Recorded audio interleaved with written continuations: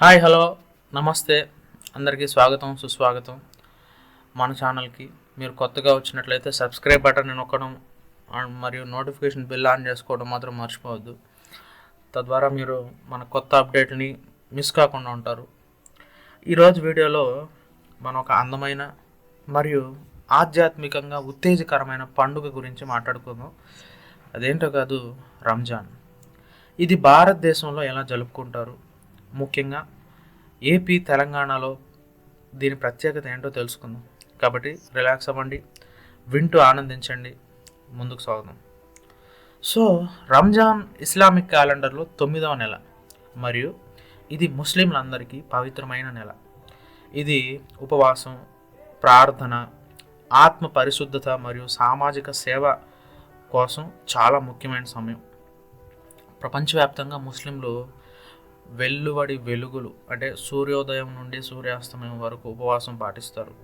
ఈ పండుగ భౌతిక ఆహారానికి దూరంగా ఉండడమే కాకుండా ఆత్మ నియంత్రణ, సహనం మరియు దయ చూపించడాన్ని ప్రోత్సహిస్తుంది.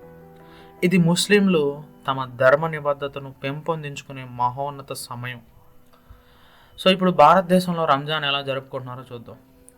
భారతదేశంలో 200 మిలియన్లకు పైగా ముస్లిం జనాభా ఉంది. ఇక్కడ రంజాన్ భక్తిపూర్వకంగా, అంగరంగ వైభవంగా మరియు సామూహికంగా జరుపుకుంటారు. ఢిల్లీ, ముంబై, హైదరాబాద్, లక్నో, కోల్కతా వంటి ప్రధాన నగరాల్లో రంజాన్ సందడి ప్రత్యేక ఆకర్షణగా ఉంటుంది. మసీదులు ప్రార్థనలతో నిండిపోతాయి. రాత్రిపూట ఇఫ్తార్ బజారులు కళకళలాడుతుంటాయి.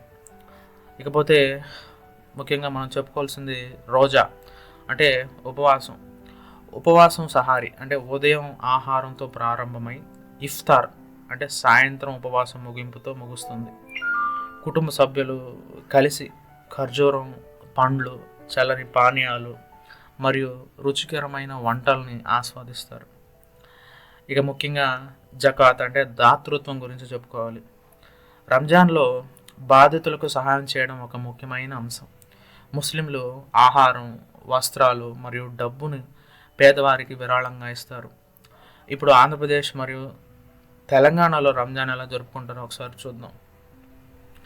రంజాన్ సందర్భంగా హైదరాబాదు ప్రత్యేక ఆకర్షణగా నిలుస్తుంది. చార్మినార్ పరిసరాల్లో రాత్రి వేళల్లో పండుగ వాతావరణంతో కలకళలాడుతూ ఉంటుంది.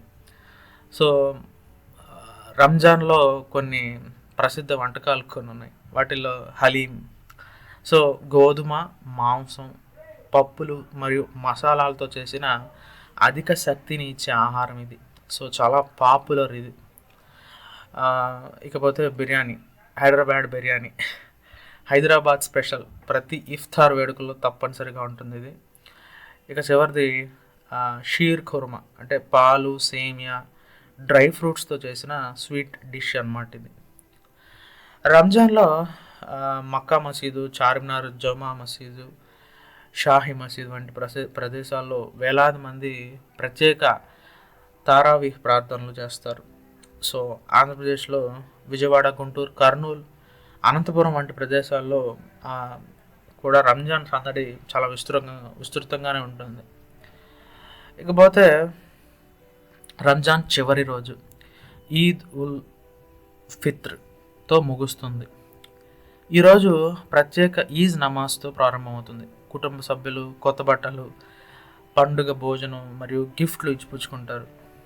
సో ఆంధ్రప్రదేశ్ మరియు తెలంగాణలో రంజాన్ వేడుకలకి మతపరమైన పరిమితి అనేది ఉండదన్నమాట. సో హిందూ, క్రిస్టియన్ మిత్రులు కూడా ఇఫ్తార్ పార్టీలు, పండుగ సంబరాల్లో పాల్గొంటారు. ఇది భారతదేశంలోని మత సామరస్యానికి అద్భుతమైన ఉదాహరణ. ద బ్యూటీ ఆఫ్ ఇండియా అని చెప్పొచ్చు మనం. సో ఇలా రంజాన్ భారతదేశంలో మరియు ఆంధ్రప్రదేశ్ మరియు తెలంగాణలో ఎలా జరుపుకుంటారో తెలుసుకున్నాం కదా.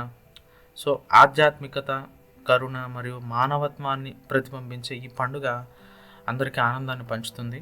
సో మీకు ఈ వీడియో ఎలా అనిపించిందో, మీరు ఎప్పుడైనా హైదరాబాద్ రంజాన్ సందడి చూసారా? కామెంట్స్లో చెప్పండి. ఈ వీడియో నచ్చితే లైక్ చేయండి, షేర్ చేయండి మరియు సబ్స్క్రైబ్ చేయడం మాత్రం మర్చిపోవద్దు. బెల్ ఐకాన్ని క్లిక్ చేయండి, మన నెక్స్ట్ అప్డేట్ మిస్ అవ్వకుండా ఉంటుంది. సో అందరికీ ఈద్ ముబారక్, రంజాన్ శుభాకాంక్షలు. మరో వీడియోలో కలుద్దాం. Thank you so much.